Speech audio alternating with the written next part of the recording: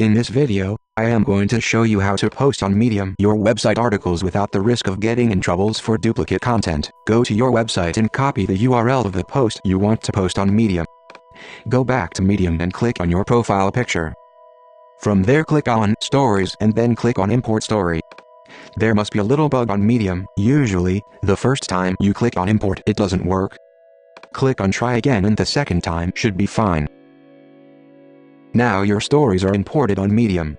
This article will include a canonical tag that will tell Google that this is just a copy and paste. And that doesn't need to be considered as a page to crawl on Google.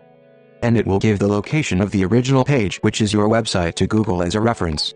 People will not come organically from Google then, but they will come organically if they are searching for articles on Medium. As I said before, this is one of the websites with the biggest traffic on the planet, so it is recommended to have your articles posted on Medium as well. I like to put a picture on top and I am adjusting the quotes spacing, which is not correct.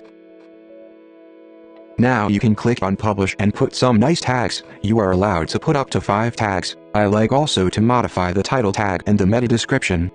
You can do it if you look at the video, you can see it. Also, if you have created a publication, you should add it to your publications as well.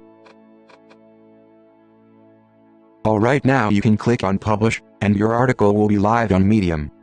If we are going to inspect the code of the Medium page just created, we can find the rel canonical tag that will tell Google where the original content is located, and to crawl that one. If you find this video useful, please share it. I am working hard to give you these tips. Thanks.